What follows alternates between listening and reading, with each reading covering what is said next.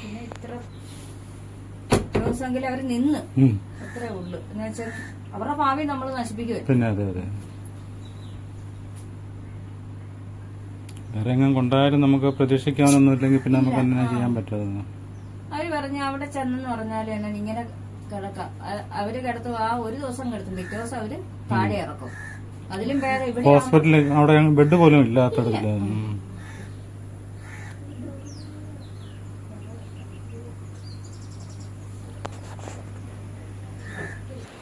പ്രിയ കൂട്ടുകാരെ നമസ്കാരം. ഞാൻ നിങ്ങളോട് പറയാൻ പോകുന്നത് ഒരു സഹായ അഭ്യർത്ഥനയാണ്. കാരണം പുതുപ്പള്ളി ഗ്രാമപഞ്ചായത്ത് 9-ാം വാർഡില് താമസിക്കുന്ന ബിജു എന്ന ചെറുപ്പക്കാരൻ, ചെറിയൊരു കുടുംബമാണ്. അദ്ദേഹവും 2 പെൺപിള്ളാരും ഭാര്യയും അടങ്ങുന്ന ഒരു ചെറിയ കുടുംബമാണ്. അദ്ദേഹത്തിന്റെ വരുമാനം കൊണ്ടാണ് ആ കുടുംബം നടന്നു പൊക്കോണ്ടിരുന്നത്. ഏത് ജോലി കൊടുത്താലും സന്തോഷത്തോടെ ചെയ്യുന്ന ഒരു ആളാണ് ബിജു. ബിജുവിനെ പറ്റി നിങ്ങൾക്ക് മിക്കവർക്കും അറിയാം. ഏറ്റവും കൂടുതൽ ഉത്സവപ്പറമ്പുകളിലും ഇങ്ങനെയുള്ള കലാപരിപാടി നടക്കുന്നിടത്താണ് ബിജുവിനെ കൂടുതൽ എല്ലാവരും കാണുന്നത്.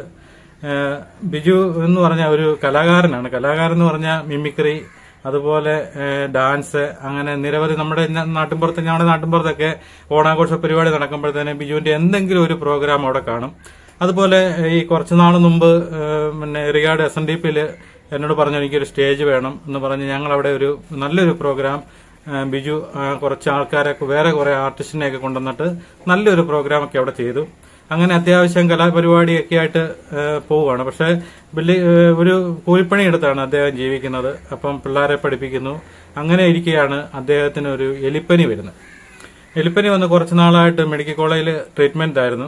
ആ ട്രീറ്റ്മെന്റ് കഴിഞ്ഞ് വന്നതിന് ശേഷം അദ്ദേഹത്തിന് പിന്നെ ഓരോരോ പ്രശ്നങ്ങളൊക്കെ ആയിട്ട് ഇങ്ങനെ പോവായിരുന്നു. എന്നാലും ഒരു ദിവസം പോലും എവിടെ പണി കിട്ടിയാലും പണിക്ക് പോവും. അങ്ങനെ മിക്ക ദിവസവും പിന്നെ പുള്ളി ഈ കലാകാരൻ എന്ന് പറഞ്ഞാൽ ഒരുപാട് ഈ കരകൗശല വസ്തുക്കളൊക്കെ അദ്ദേഹം വീട്ടിൽ തന്നെ ഓരോന്നുണ്ടാക്കും. അപ്പം അതുപോലെ തന്നെ നല്ല ഭംഗിയായിട്ട് തബല വായിക്കും. അറിയാൻ മേലാത്ത കലാപരിപാടികളൊന്നുമില്ല. ഏത് ഇതെന്ന് പറഞ്ഞാലും അഭിനയെങ്കിൽ അഭിനയം, അങ്ങനെ എല്ലാം പുള്ളി ചെയ്യാൻ തയ്യാറാണ്. ഒരുപാട് ആർട്ടിസ്റ്റുകളുടെയൊക്കെ പുറകെ അദ്ദേഹം നടന്നിട്ടുണ്ട്. ഒരു ചാൻസ് ചോദിച്ചൊക്കെ പലയിടത്തും പോകുന്നതും ഈ സ്റ്റേജുകളിലൊക്കെ പോകുന്ന എല്ലാം ഞാൻ കണ്ടിട്ടുണ്ട്. അപ്പൊ അങ്ങനെ എന്തെങ്കിലും ഈ കരകൗശല വസ്തുക്കളൊക്കെ ഉണ്ടാക്കി എന്നെ കൊണ്ട് കാണിക്കും. അതിന്റെ ഇടയ്ക്ക് വീട്ടിൽ ഒരുപാട് സാധനങ്ങൾ ഉണ്ടാക്കിയിട്ടുണ്ട്. എന്നോട് പറയും ഇടയ്ക്ക് ഒന്ന് വീഡിയോ എടുക്കണം, എന്നെ ഹെൽപ്പ് ചെയ്യണം. അങ്ങനെയൊക്കെ ഈ അസുഖം ബാധിച്ചതിന് ശേഷം അദ്ദേഹത്തിന് ജോലിക്ക് പോകാൻ മേലാതെ വന്നു. അതിനുശേഷം അദ്ദേഹത്തിന് പിന്നെ ഓരോരോ പ്രശ്നങ്ങളായിട്ട് എന്നിട്ട് പിന്നെ ഒരു തലകറക്കം പോലെ വന്ന് തലയടിച്ച് എവിടെയോ വീണാന്നൊക്കെ പറയുന്നത്. അതിനുശേഷം അദ്ദേഹത്തെ മെഡിക്കൽ കോളേജിൽ കൊണ്ടുപോയി കാണിച്ചു. അങ്ങനെ ഞാൻ ആദ്യം പ്രൈവറ്റ് ജില്ലാശുപത്രിയിലൊക്കെ ആയിരുന്നു കാണിച്ചുകൊണ്ടിരുന്നത്. അതിനുശേഷം മെഡിക്കൽ കോളേജിൽ കൊണ്ടുപോയി കാണിച്ചു. അങ്ങനെ വന്നപ്പോഴത്തേന് തലയ്ക്കകത്ത് ഇൻഫെക്ഷനായി. അങ്ങനെ പെട്ടെന്ന് തന്നെ സ്ഥിതി ഗുരുതരമായിട്ട് അദ്ദേഹത്തിന് ഒരു ജോലിയും ചെയ്യാൻ മേലാത്ത അവസ്ഥയിലേക്ക് വീഴുകയായിരുന്നു. അത് കഴിഞ്ഞ് ഹോസ്പിറ്റലിൽ കുറച്ച് നാൾ അവർ കിടന്നു കഴിഞ്ഞിട്ടും ചികിത്സ ചെയ്തിട്ടൊന്നും അതിന് മുന്നോട്ട് ഒരു പുരോഗതിയും കാണാതുകൊണ്ട് അവർ പറഞ്ഞു അവിടെ ബെഡിന്റെ ഒക്കെ പരിമിതി എല്ലാവർക്കും അറിയാവുന്നതാണ്. അതുകൊണ്ട് അവർ പറഞ്ഞു വീട്ടിൽ കൊണ്ടുപോകാൻ പറഞ്ഞു. അങ്ങനെ ഇപ്പം വീട്ടിൽ കൊണ്ടുവന്ന് ഇപ്പം 2 മാസമായിട്ട് വീട്ടിൽ കിടക്കുകയാണ്. അപ്പൊ ഞാൻ ആദ്യത്തെ ദിവസം ഒന്ന് കാണാൻ പോയി. അവിടെ ചെന്നപ്പോഴത്തേന് അദ്ദേഹത്തിന് ഒരു എക്കിള് മാത്രമേ ഉള്ളൂ, അല്ല വേറെ ഒന്നുമില്ല. അപ്പൊ ഇന്ന് ഞാൻ വീണ്ടും അവിടെ ചെന്ന് കഴിഞ്ഞപ്പോൾ ഒരുപാട് പേർ എന്നോട് പറഞ്ഞ് എന്തെങ്കിലും ഒരു സഹായം അദ്ദേഹത്തിന് ചെയ്യാൻ പറ്റുന്ന രീതിയിൽ എന്തെങ്കിലും ഒന്ന് ചെയ്യണമെന്ന് പറഞ്ഞു. അങ്ങനെ എന്നെ സംബന്ധിച്ച് നമുക്ക് പലരോടും സഹായം അഭ്യർത്ഥിക്കാൻ പറ്റുന്നത് നമ്മുടെ മാധ്യമം വഴിയാണ്. അതുകൊണ്ടാണ് ഞാൻ നിങ്ങളോട് ഒരു സഹായം അഭ്യർത്ഥിക്കുന്നത്. കാരണം ഞാനിന്ന് അവിടെ ചെന്ന് കണ്ട കാഴ്ച എനിക്ക് ഭയങ്കര പ്രയാസമാണ്. കാരണം അദ്ദേഹത്തെ കാണുന്നത്, കാരണം ഓടിച്ചാടി നടന്ന മനുഷ്യൻ പെട്ടെന്ന് ഒരു നിമിഷം വീഴുക എന്ന് പറയുന്ന, ഒരു കുടുംബത്തിന്റെ ആശ്രയമായിരിക്കുന്ന ഒരാള് പെട്ടെന്ന് വീഴുക എന്ന് പറഞ്ഞാൽ പിന്നെ ആ കുടുംബം പെൺപിള്ളേരടങ്ങുന്ന ഒരു കുടുംബം അതെങ്ങനെ മുന്നോട്ട് പോകുമെന്നുള്ളത് നിങ്ങൾക്കൊന്ന് ചിന്തിച്ചാൽ മനസ്സിലാവും. ഇന്ന് ഞാൻ അവിടെ ചെന്നപ്പം എനിക്ക് അദ്ദേഹത്തെ കണ്ടു കഴിഞ്ഞാൽ എനിക്ക് സങ്കടം വരും. ഇപ്പം പുതുപ്പള്ളി പാലിയേറ്റീവ് കെയറുകാർ വന്നാണ് അദ്ദേഹത്തെ പരിചരിച്ചുകൊണ്ടിരിക്കുന്നത്. സാമ്പത്തികമായിട്ട് ഒരു നിവൃത്തിയില്ല. അപ്പൊ നിങ്ങളെ കൊണ്ട് കഴിയുന്ന എന്തെങ്കിലും ഒരു സഹായം ആ കുടുംബത്തിന് ചെയ്യണം. ഇതാണ് അദ്ദേഹത്തിന്റെ വീട്. അപ്പൊ നമുക്ക് ആ വീട്ടിലെ കുറച്ച് കാര്യങ്ങൾ ഞാൻ എടുത്തിട്ടുണ്ട്. അത്യാവശ്യം വേണ്ട കാര്യങ്ങളൊന്നും നിങ്ങളൊന്ന് കാണുക. പുതുപ്പള്ളി ഗ്രാമപഞ്ചായത്തില് 9-ാം വാർഡില് പാറമടയുടെ സൈഡിലാണ് ഈ ബിജുവിന്റെ ഈ കൊച്ചു വീടിരിക്കുന്നത്. വീട്ടിലേക്ക് പോകുന്ന വഴിയാണ്. ഇവിടെ ഒരുപാട് ആൾക്കാർ തിങ്ങി നിറഞ്ഞ് താമസിക്കുന്ന ഒരു സ്ഥലമാണ്. ഈ വലത് സൈഡിൽ കാണുന്നതാണ് ബിജുവിന്റെ വീട്. ബിജുവിന്റെ ശരിക്കുള്ള പേര് ജോൺ എന്നാണ്. ഞങ്ങളെല്ലാം ബിജു എന്നാണ് വിളിക്കുന്നത്.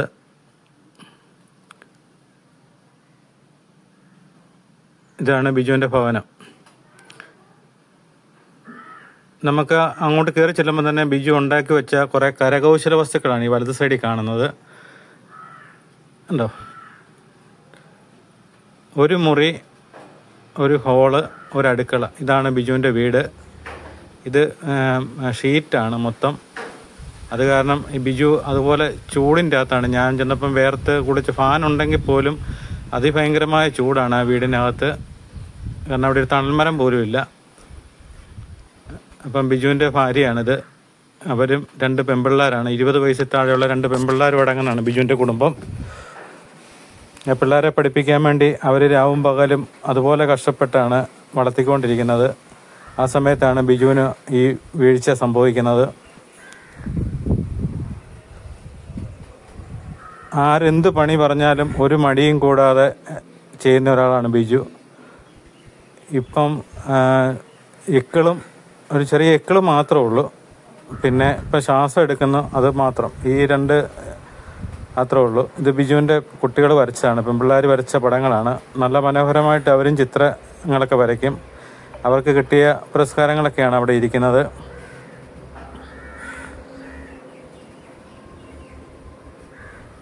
ഒരുപാട് ചിത്രങ്ങളെല്ലാം അവിടെ വരച്ചു വെച്ചിട്ടുണ്ട്. മോഹൻലാലിൻ്റെയൊക്കെ ഇടയ്ക്ക് ഒരുപാട് പടങ്ങൾ വരച്ചു വെച്ചിട്ടുണ്ട്.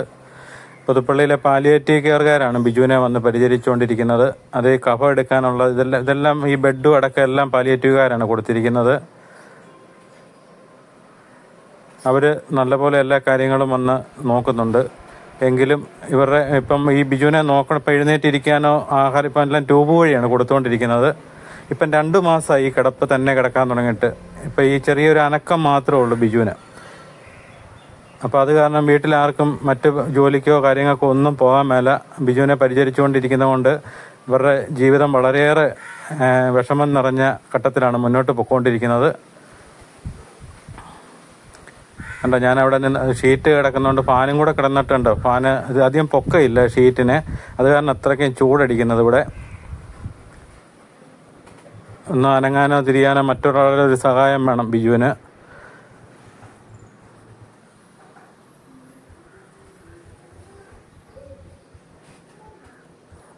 നമ്മളൊക്കെ എന്തുമാത്രം പൈസ അനാവശ്യമായിട്ട് മറ്റു കാര്യങ്ങൾക്കും എല്ലാം കളയുന്നു. നമുക്ക് എന്തെങ്കിലും ഒരു ഹെൽപ്പ്, എന്തെങ്കിലും നിങ്ങളെ കൊണ്ടാകാവുന്ന എന്തെങ്കിലും ഒരു ചെറിയ സഹായം ആ കുടുംബത്തിന് വേണ്ടി ചെയ്യുക. കാരണം ഞാനിവരുടെ ബിജുവിൻ്റെ ഭാര്യയുടെ ബിന്ദുവിൻ്റെ നമ്പറാണ് ഇവിടെ കൊടുത്തിരിക്കുന്നത്. ബിന്ദു ജോണെന്നും പറഞ്ഞ് അതിൽ നിങ്ങൾ വിളിച്ചാൽ ബാക്കിയുള്ള കാര്യങ്ങളൊക്കെ പറഞ്ഞു തരും. അതുപോലെ തന്നെ ബാങ്കിൻ്റെ പാസ്ബുക്കും അതുപോലെ ഡീറ്റെയിലും ഞാൻ തൊട്ട് ഈ വീഡിയോയുടെ അവസാനം കൊടുത്തിട്ടുണ്ട്. അപ്പോൾ അതുകൊണ്ട് നിങ്ങൾ എന്തെങ്കിലും ഒരു സഹായം ചെയ്യുകയാണെങ്കിൽ ആ കുടുംബത്തിന് വലിയ ഉപകാരമായിരിക്കും. ഞാനിപ്പം എന്നോട് പറഞ്ഞ് ബാങ്കിൻ്റെ പാസ്ബുക്ക് ഇതാണ് ബിജു നിർമ്മിച്ച നിർമ്മിതികളൊക്കെയാണ് കേട്ടോ. കരകൗശല വസ്തുക്കളൊക്കെ ഒരുപാട് ഉണ്ടാക്കിയിട്ടുണ്ട്. അതുകൊണ്ട് ആമയൊക്കെ ഉണ്ടാക്കി. ഇതൊക്കെ ഓരോന്നും ഉണ്ടാക്കുമ്പോഴും എന്നോട് വന്ന് പറയും ചെയ്തിട്ടുണ്ട്, നമുക്കൊന്ന് വീഡിയോ എടുക്കണമെന്ന് പറയും. അതുപോലെ ഒരു മുതലക്കുഞ്ഞിനെ ഉണ്ടാക്കി എനിക്ക് കൊണ്ട് തന്നിട്ടുണ്ട്. അങ്ങനെ നല്ല ഭംഗിയായിട്ടെല്ലാം ചെയ്യും. എല്ലാ കാര്യങ്ങളും ഉണ്ട്. ബിജു വരച്ച പടമാണ്. അത് പൂർത്തിയാക്കിയത് ബിജുവിൻ്റെ മക്കളാണ്. കളറൊക്കെ ചെയ്ത് ഭിത്തിയെ വരച്ചുകൊണ്ട് നല്ല ഭംഗിയായിട്ടാണ് ഇതെല്ലാം ചെയ്തിരിക്കുന്നത്.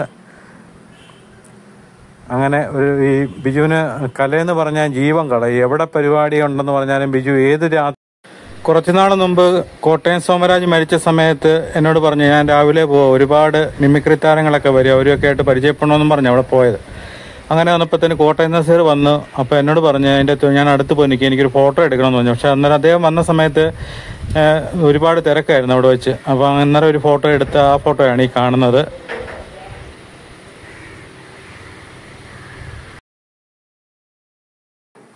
ബാങ്കിൻ്റെ പാസ്ബുക്ക് ഞാൻ ചോദിച്ചപ്പം എന്നോട് പറഞ്ഞു പൈസ വല്ലതും വന്നാൽ തന്നെ ബാങ്കുകാർ പിടിക്കുമെന്ന് പറഞ്ഞു. കുറച്ച് കടങ്ങളൊക്കെ ഉണ്ട്. അപ്പോൾ അതുകൊണ്ട് എല്ലാം അവർക്കൊന്ന് എന്തെങ്കിലും ഒരു ഹെൽപ്പ് നിങ്ങളെ കൊണ്ട് ആരെക്കൊണ്ടെങ്കിലും നമുക്ക് ചെയ്യാൻ പറ്റിയില്ലെങ്കിലും ഇതൊക്കെ എന്തെങ്കിലും സഹായം ചെയ്യുന്നവർക്കോ ആർക്കെങ്കിലുമൊക്കെ ഇത് ഷെയർ ചെയ്ത് കൊടുക്കുകയാണെങ്കിൽ അവരെ കൊണ്ടാവുന്ന ഒരു ചെറിയ കൈത്താങ്ങെങ്കിലും ആ കുടുംബത്തിന് കിട്ടുകയാണെന്നുണ്ടെങ്കിൽ വളരെ നല്ലതായിരിക്കും. കാരണം ഒരു സഹായം അഭ്യർത്ഥിച്ച് എവിടെയെങ്കിലും ഒന്ന് ചോദിക്കാൻ പോകാൻ പോലും ബിജുവിനെ ഇട്ടിട്ട് അവർക്ക് മാറാൻ പറ്റുന്നില്ല. അപ്പം ഒത്തിരി പേര് പറഞ്ഞ് അവിടെയൊക്കെ പലയിടത്തും ഇതുപോലെയൊക്കെ സഹായം കൊടുക്കുന്നുണ്ട്, അവിടെ ചെല്ലാം. പക്ഷേ ഇത് ഇട്ടിട്ട് പോകാൻ ബിജുവിനെ നിങ്ങൾ കണ്ടില്ലേ, ഈ അവസ്ഥയിൽ ഇട്ടിട്ട് എങ്ങനെ അവർക്ക് വെളിയിലോട്ട് പോകാൻ പറ്റുമെന്നാണ് അവർ പറയുന്നത്. 2 മാസമായിട്ട് അവരതുപോലെ പരിചരിച്ചുകൊണ്ടിരിക്കുകയാണ്. ഏത് സമയം കൂട്ടത്തിൽ ആൾ വേണം. പെട്ടെന്ന് എക്കിളൊക്കെ വരും, അന്നേരത്തേന് പെട്ടെന്ന് അതൊക്കെ ഒരു വല്ലാത്ത ബുദ്ധിമുട്ടാണ്. രാത്രിയിലൊക്കെ ഈ എക്കിളിൻ്റെ സൗണ്ട് കാരണം ഇവർക്ക് ഉറങ്ങാൻ പോലും പറ്റുന്നില്ലെന്ന് പറഞ്ഞു. അത്രയ്ക്ക് ഒരു വല്ലാത്ത ഇതൊക്കെ വന്ന് നമ്മൾ നേരിട്ട് കണ്ടെങ്കിൽ ഒരു അവസ്ഥ എന്താണെന്നുള്ളത് മനസ്സിലാകത്തുള്ളൂ. വെളിയിൽ നിന്ന് നമുക്ക് ഒരുപാട് കാര്യങ്ങൾ പലരും പറയുന്നത് പോലെ അല്ലല്ലോ. നമുക്ക് ഏത് കാര്യങ്ങളും നമ്മൾ നേരിട്ട് പോയി കണ്ടെങ്കിൽ ആ അവസ്ഥ എന്താണെന്ന് നമുക്ക് മനസ്സിലാക്കാൻ പറ്റത്തുള്ളൂ. അപ്പം ഞാൻ ഈ പറഞ്ഞ കാര്യത്തിൻ്റെ അകത്ത് എന്തെങ്കിലും നിങ്ങളെ കൊണ്ട് പറ്റുന്ന എന്തെങ്കിലും സഹായം ചെയ്യാൻ പറ്റുവാണെങ്കിൽ ആ കുടുംബത്തിന് വേണ്ടി ചെയ്യുക. ഇതാണ് ബിന്ദുവിൻ്റെ bank account number. Bindu John, Thalappally, Puthuppally, Kottayam. അപ്പോൾ അവർക്ക് ഗൂഗിൾ പേ നമ്പറോ കാര്യങ്ങളോ ഒന്നുമില്ല. ബിന്ദുവിൻ്റെ ഫോൺ നമ്പർ മാത്രമേ ഉള്ളൂ. എല്ലാവരും എന്തെങ്കിലും സഹായം ചെയ്യാൻ പറ്റുന്നുണ്ടെങ്കിൽ ബിന്ദുവിൻ്റെ നമ്പർ വിളിച്ചിട്ട് ബാക്കി കാര്യങ്ങളൊക്കെ ബിന്ദു പറയുമായിരിക്കും.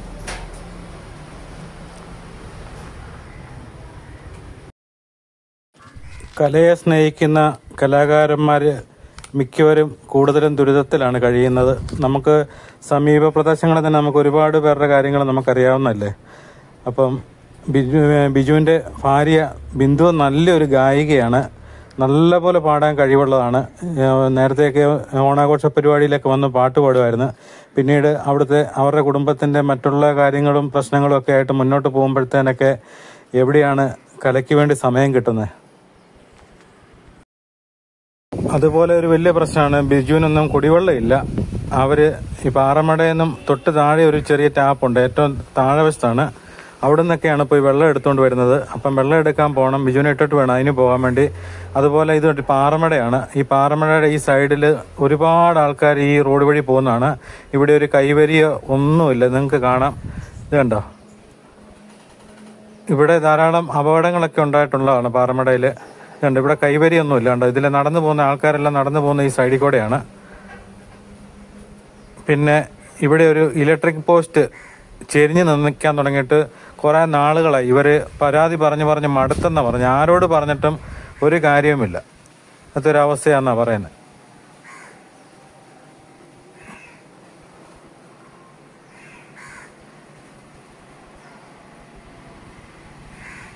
ഇത് ഒരു കുടിവെള്ളത്തിൻ്റെ ടാങ്ക് ഈ വലത് സൈഡിൽ കാണുന്നത്.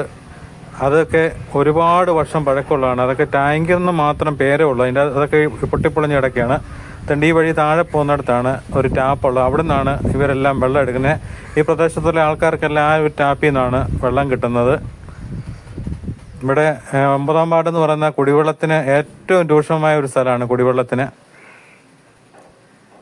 ഇതുണ്ടോ, കൈവരി പോലും ഇല്ല. പാറമട ഇവിടെ നിന്ന് സൈഡിൽ നിന്ന് തെന്നിക്കഴിഞ്ഞാൽ ഒരുപാട് ആഴമുള്ളൊരു പാറമടയാണ്. അതിലേക്ക് പോകത്തുള്ളൂ. കണ്ടോ, ഇവിടെ എല്ലാം ഇടിഞ്ഞിരിക്കുക, സൈഡെല്ലാം ഇടിഞ്ഞിരിക്കുക. ഇവിടെയൊക്കെ എന്തെങ്കിലുമൊക്കെ ചെയ്തു കൊടുക്കാൻ വേണ്ടി തീർത്തും അവഗണന നേരിടുന്ന ഒരു വാർഡാണ് ഈ 9-ാം വാർഡിലെ ഈ പൊങ്ങമ്പാറ എന്ന് പറഞ്ഞ സ്ഥലം.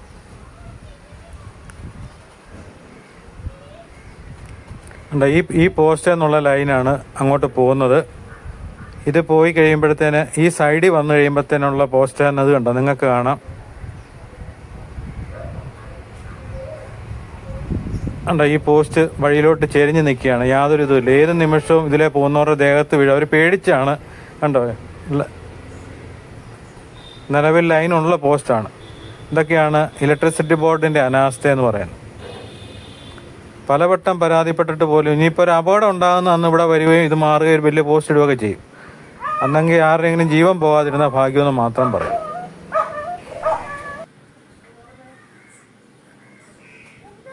ഇതാണ് ഇവിടുത്തെ വാട്ടർ ടാങ്ക്. ഇത് ഇപ്പം ഉപയോഗശൂന്യമായി കിടക്കുന്നതാണ്. ഇങ്ങനെ നമ്മുടെ പുതുപ്പള്ളി പഞ്ചായത്തിൻ്റെ പലയിടത്തും ഇതുപോലുള്ള വാട്ടർ ടാങ്കുകളൊക്കെ നിർമ്മിച്ചിട്ടിട്ടുണ്ട്. പക്ഷേ യാതൊരു പ്രയോജനവുമില്ലാത്ത അവസ്ഥയിലേക്കാണ്.